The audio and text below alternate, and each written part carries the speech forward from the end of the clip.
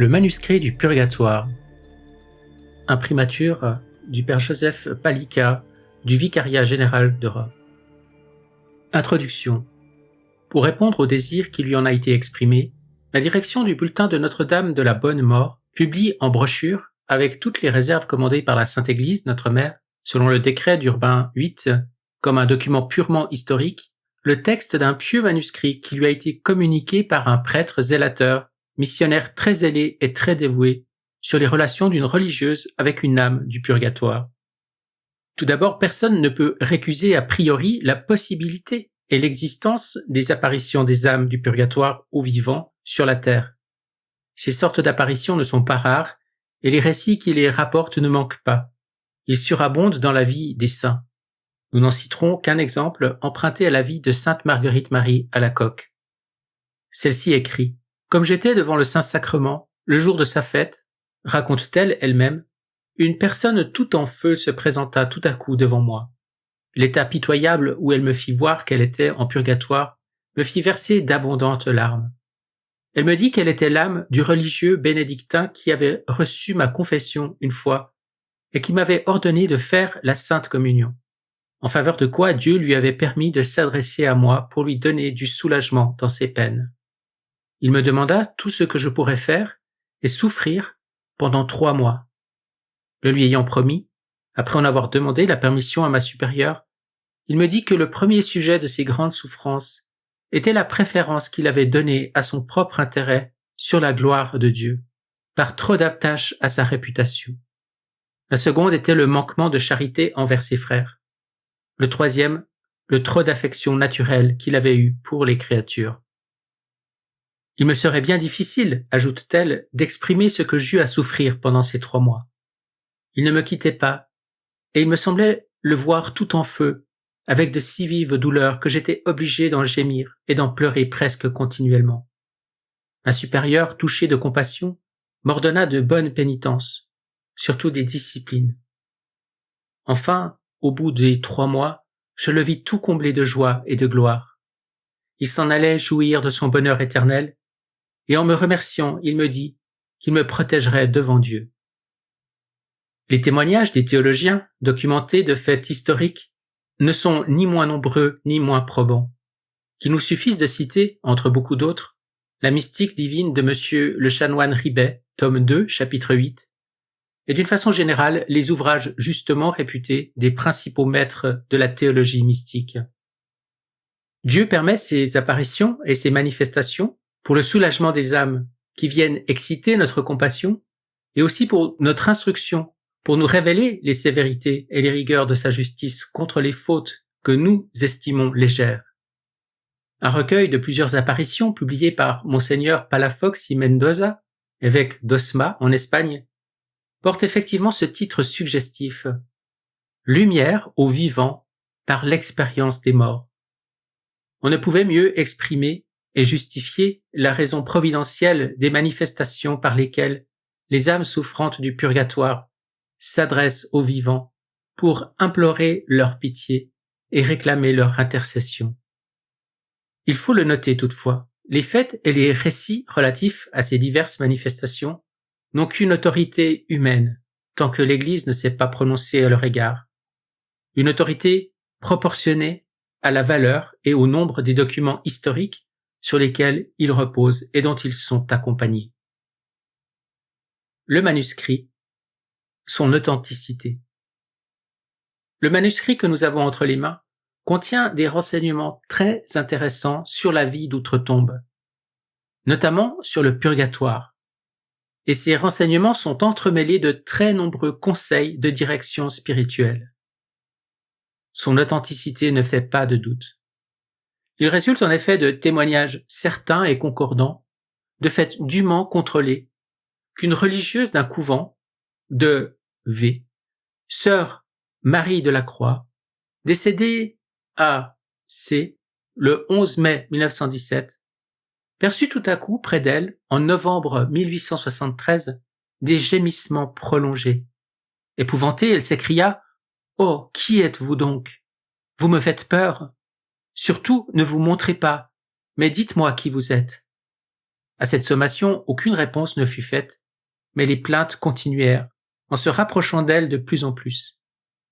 En vain, la pauvre sœur multipliait prières, communions, chemins de croix et rosaires. Les gémissements ne cessaient pas et restaient toujours aussi mystérieux. Enfin, le dimanche 15 février 1874, une voix bien connue se fit entendre.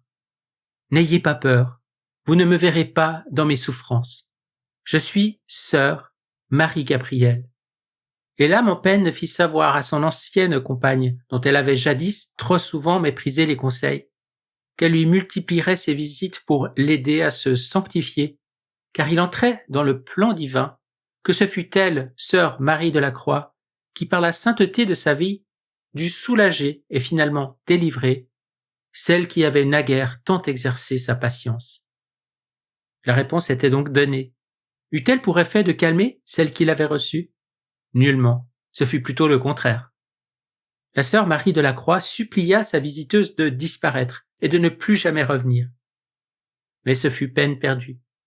Il lui fut répondu qu'elle devait subir tout le temps voulu par Dieu, ce qu'elle redoutait au plus haut point. Et c'est ainsi que, plusieurs années durant, s'établirent entre l'âme de sœur Marie-Gabrielle et la sœur Marie de la Croix les mystérieuses relations que sœur Marie de la Croix consigna elle-même de 1874 à 1890 dans le précieux manuscrit dont nous entreprenons la publication. La valeur du manuscrit. Celle-ci ressort de la personne même de sœur Marie de la Croix.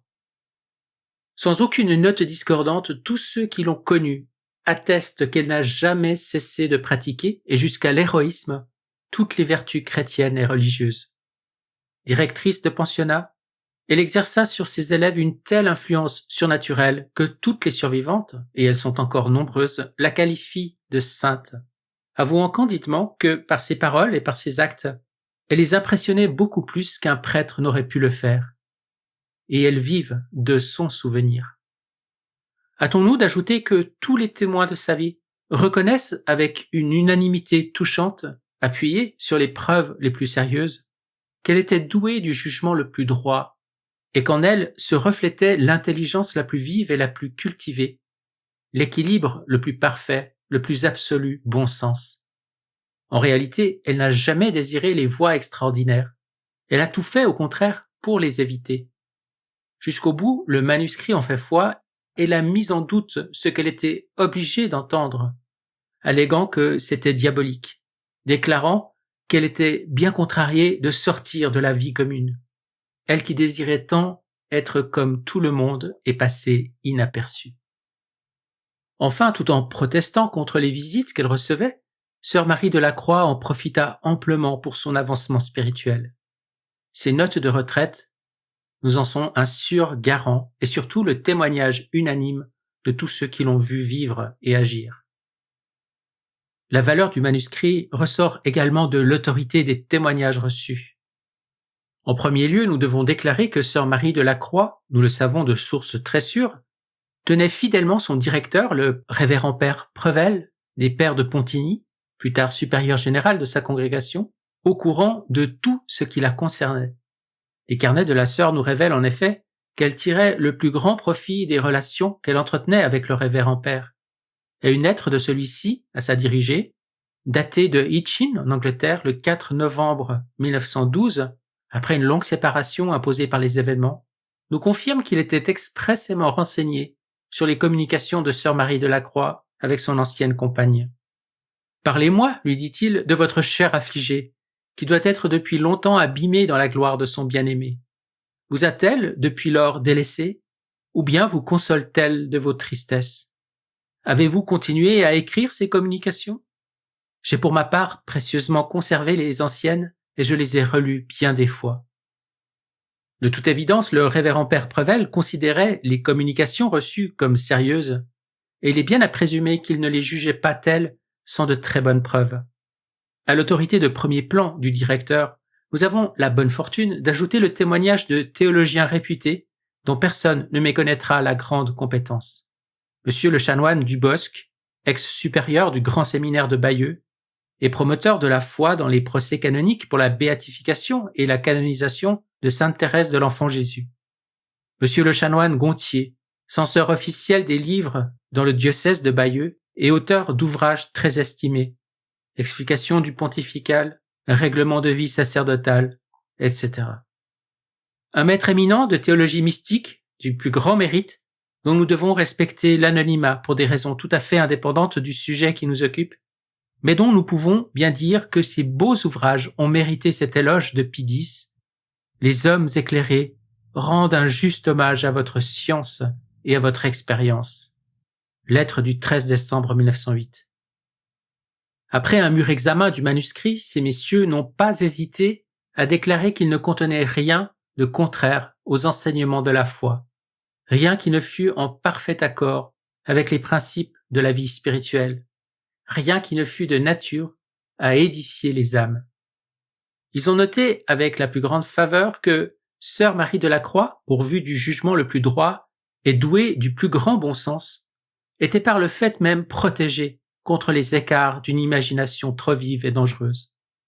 Ils ont relevé avec complaisance que Sœur Marie de la Croix avait tout fait pour être délivrée des visites qui l'importunaient, qu'elle avait protesté en se demandant si ce n'était pas une punition que le ciel lui infligeait, qu'elle trouvait les événements si surprenants qu'elle ne savait que croire, qu'enfin elle avait fait tant d'objections à l'apparition qu'on ne pouvait lui prêter d'aucune façon l'intention d'avoir imaginé ou inventé les manifestations dont elle était l'objet. Enfin, ils ont été très impressionnés par la grande leçon de charité chrétienne qui se dégageait visiblement de tout le processus de l'apparition. D'un côté, en effet, Sœur Marie-Gabrielle, au couvent de V, avait fait beaucoup souffrir par son attitude peu religieuse Sœur Marie de la Croix, qui était chargée de la rappeler à l'ordre. Et d'autre part, c'était à Sœur Marie de la Croix elle-même que, sur l'ordre de Dieu, elle avait dû s'adresser, après sa mort, pour être délivrée du purgatoire. Également impressionné par le fait que les lumières fournies à Sœur Marie de la Croix se faisaient d'autant plus vives et d'autant plus précises que Sœur Marie-Gabrielle se purifiait davantage, et par les progrès réalisés par Sœur Marie de la Croix dans l'œuvre de sa sanctification, progrès sensibles qui faisaient dire à Monsieur le chanoine du Bosc, en publiant le manuscrit de Sœur Marie de la Croix, et je désire que vous le fassiez, vous allez au-devant d'une cause de béatification.